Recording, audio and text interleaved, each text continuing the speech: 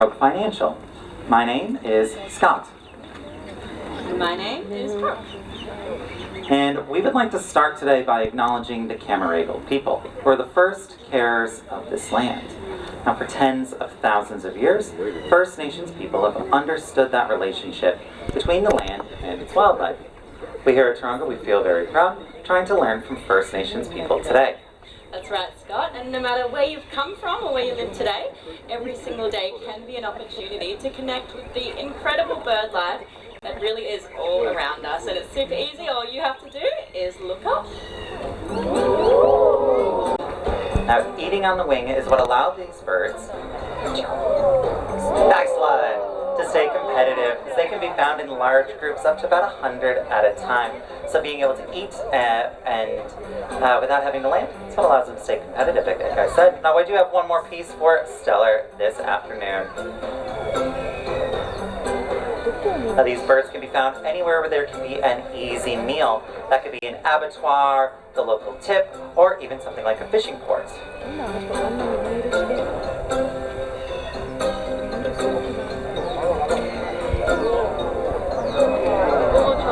That's all right. In the water, I can fish that out for you. Stell, we'll give that one another go.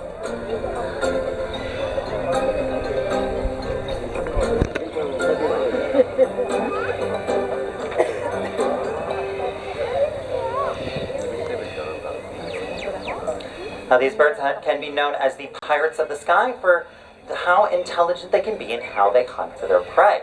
So they've been known to go to a part where there is a burning bushfire, grab a branch, bringing it to a spot where it is nice and dry, dropping that burning branch, and having themselves a nice meal of whatever starts to run for safety. Now, this Stella is taking a nice little break on the roof out in the back. It is a nice sunny day and there isn't a lot of wind to support her, so this taking a break is an absolutely natural thing. These birds have 100% of the control out here, and if they need that little bit of that rest between, they're absolutely able to get one. Let's go, Stell. Nice one! Absolutely incredible work. Everybody, that was Stellar, the black kite. Now, she does deserve that little bit of applause. I completely agree. Now, while we were looking up at beautiful birds just like Stell, many other birds are looking down and they're searching for their own opportunities to feed. But as night falls, it does become increasingly more difficult for birds to spot their prey.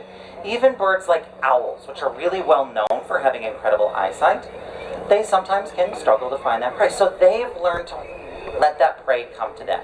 So they rely on a few other instincts. Things like keen hearing and this ability of almost nearly silent flight. Now, I think if we're all really nice and quiet, we can hear some silent flight for ourselves. Now, did anybody hear that approach? Now, this here is Wraith, and Wraith is what's called a barn owl. And as a barn owl, they're one of the most likely types of owls you're going to find close to people. So if you're out at night, make sure you look up. You could be lucky enough to see a bird just like this flying overhead.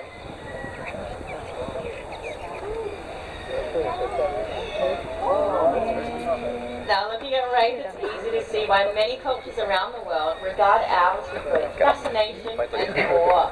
Some see them as symbols of wisdom, others might see them as messengers, and some even believe them to possess the power of crops.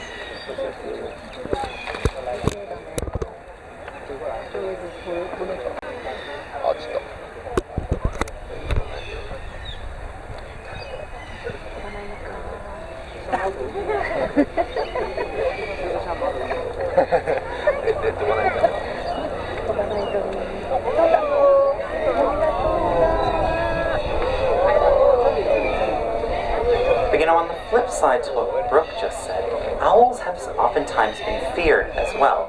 They've been seen as ghosts, or the origins of many ghost stories around the world, just like the banshees in Ireland.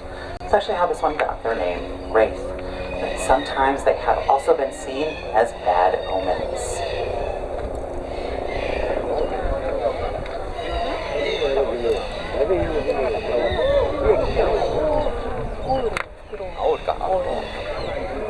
But regardless of our personal beliefs, I think it's safe to say that owls have definitely had one of the longest connections to culture of any animal all around the world.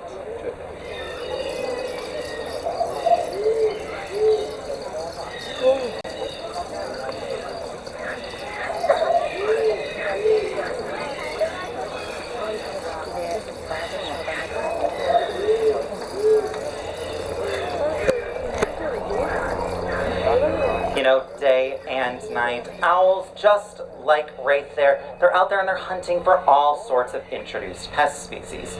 Things like rats and mice, which cause a lot of problems for the native landscape, even going as far as taking young chicks out of the nest. So it's great we do have these owls, but they're helping us restore that balance. Now I'd like to let all of you in on just a bit of a secret. We actually used to have a really bad rat problem right here at Taronga Zoo. But luckily for us, when all of our owls moved in, all of the rats moved right on out. I'm incredibly happy to say I haven't seen a rat around here in a very long time. It's been so long you couldn't say that problem is behind us.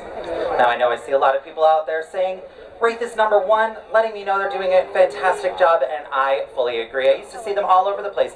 I used to see rats running on that fence behind me, up on the balustrades here, and sometimes I even saw rats running underneath all of your seats. Thank you everyone who looked. No, but it's great. Owls out there helping us out. It's actually estimated every single year a single owl will hunt and eat around 1,000 rats or mice. But a pair with chicks can get about 3,000 more. So that family of owls really is one of the best neighbors you could possibly hope for. But owls, they're not the only birds that are out there hunting in our backyards. In fact, one of Australia's lesser known predators also hunts under the cover of darkness. This bird will use their really long legs to creep through the tall grass. And while, depending where you are in Australia, you're not very likely to see them, you are pretty likely to hear one. It's what's called a bush stone curlew. And as a curlew, she is perfectly capable of flight, but is a ground-dwelling, ground-nesting bird, preferring to build her home in open plains and woodlands, or, like I said, depending on where you are in Australia, sometimes even close to people. If you're ever lucky enough to catch sight of one of these birds, they're likely lying flat to the ground or even standing still. And they're using these beautiful cryptic feathers of theirs to help themselves camouflage in plain sight. It's a really great way of avoiding predation, especially from a lot of our bird species who hunt using their eyesight. So things like those large eagles or owls. But a lot of our introduced predators, things like foxes or even our dogs and cats, which hunt using their sense of smell, standing still isn't a great way to avoid being eaten. So it's actually caused their numbers to drop dramatically. Curlews, just like her, used to be widespread and common across Australia, but nowadays they're actually considered to be threatened in most states. So one of the things we can do to stop them from simply disappearing, it can be as easy as just making sure we bring our dogs and cats inside at night. This could be the turning point needed to help out curlews and many other natives in their fight for survival. And we are very lucky. All the birds we've seen so far today have all been Australian natives. But you actually don't have to travel very far to meet an exotic, because one bird species has done all that work for us. They've jumped on boats alongside people, and they allow us all to have our own everyday connection with birds. If you thought the last couple were impressive, wait until you meet this next species. Of course, I'm talking about the absolutely incredible, the beautiful chicken.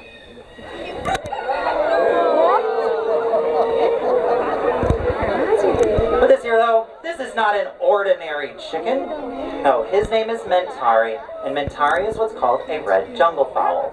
And as a red jungle fowl, they're one of the ancestral species for all of our modern-day breeds of chicken. They've boasted a relationship with people for over 8,000 years. Nowadays, chickens have become so incredibly important to people. They've made their way into our religions, our rituals, our cultures and customs, and they've even made their way into our everyday language as well. So maybe you are a bit like Mentari here, you're excited to stand up and you like to rule your own roost. Or maybe you relate a bit more to a mother hen, who's getting scared because all of her chicks are getting ready to fly the coop. Or maybe you are a bit like me, the kind of person who does have a bit of a tendency to put all of their eggs into one basket. Really, you don't have to leave your own backyards to experience this everyday connection with birds. Thank you so much, sir. You know, we've actually become so incredibly reliant on chickens for their egg and their meat production.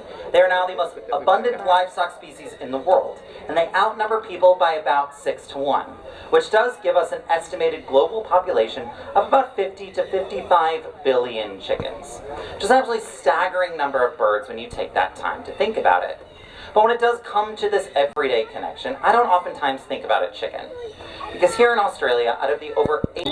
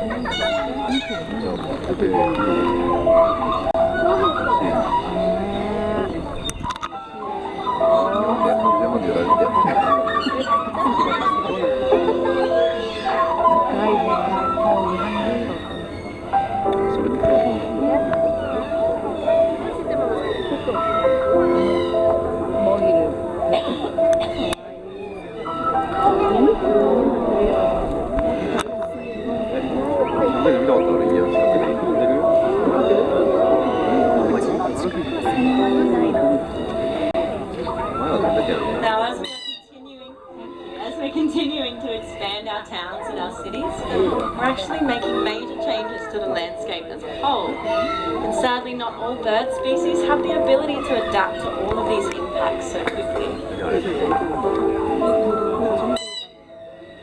Yeah, that's right.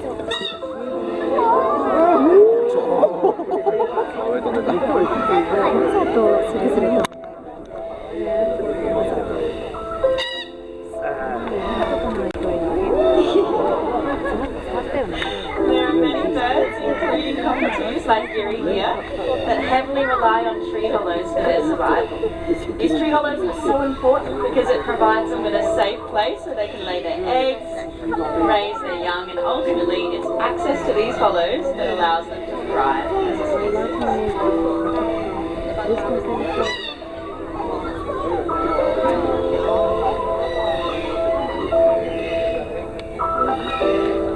Now this bird, his name is Geary, which means red, or his full name, Geary Geary, which does mean very red. It's an incredibly fitting name for a red-tailed black cockatoo. But as a red-tail, it's not a species you normally find in this area. But Taronga itself is home to many different plants and animal species, not just those in our care, but for local wildlife as well.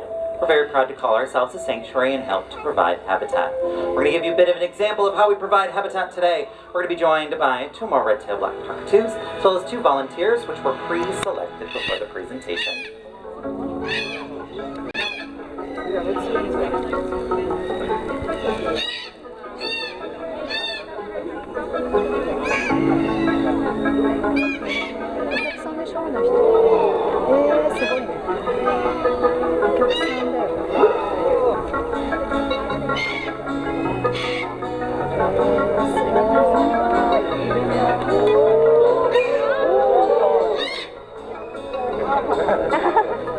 Now I know these 2 do look a little bit different than Geary Geary, and that's because these 2 are both a female and a juvenile male.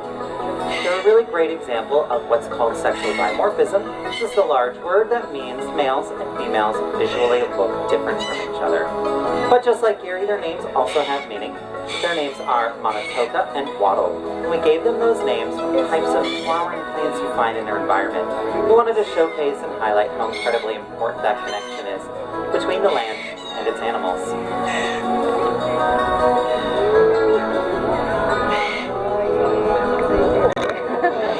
Now, to highlight that connection between animals and their environment, if you've ever been lucky enough to watch cockatoos eating in the wild, you may notice that they're pretty messy eaters. However, the mess that they make actually has a positive impact on the environment. They're dispersing seeds, which helps trees to grow and entire habitats.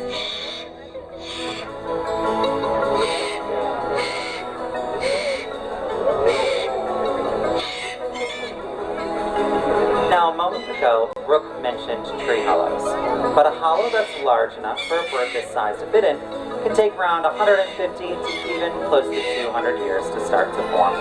With most of Australia's forests being newer growth, this does mean real estate's becoming increasingly more challenging for them to come across.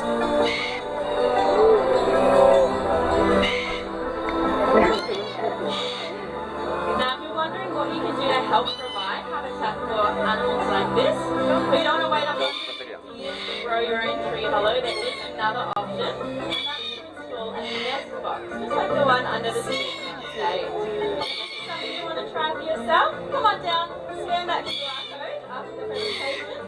You'll find out everything you need to know about sourcing and installing one of these.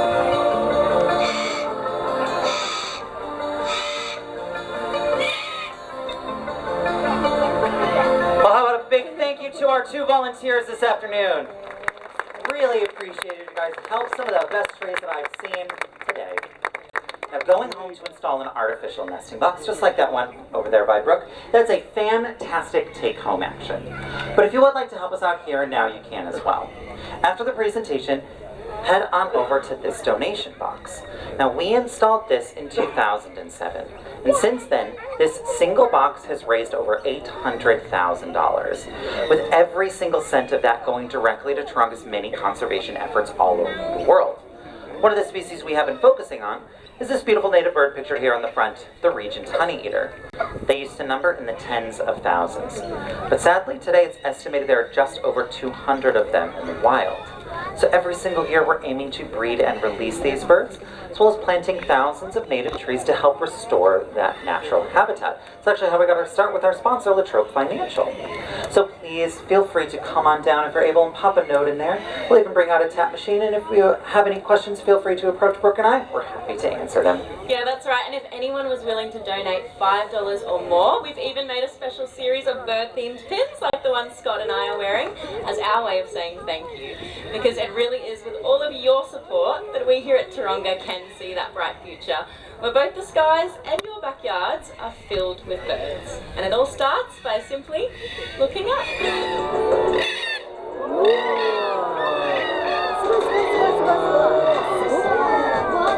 Thank you all so much for coming out this afternoon. We really appreciate it. Please enjoy the rest of your day, and we'll see you next time.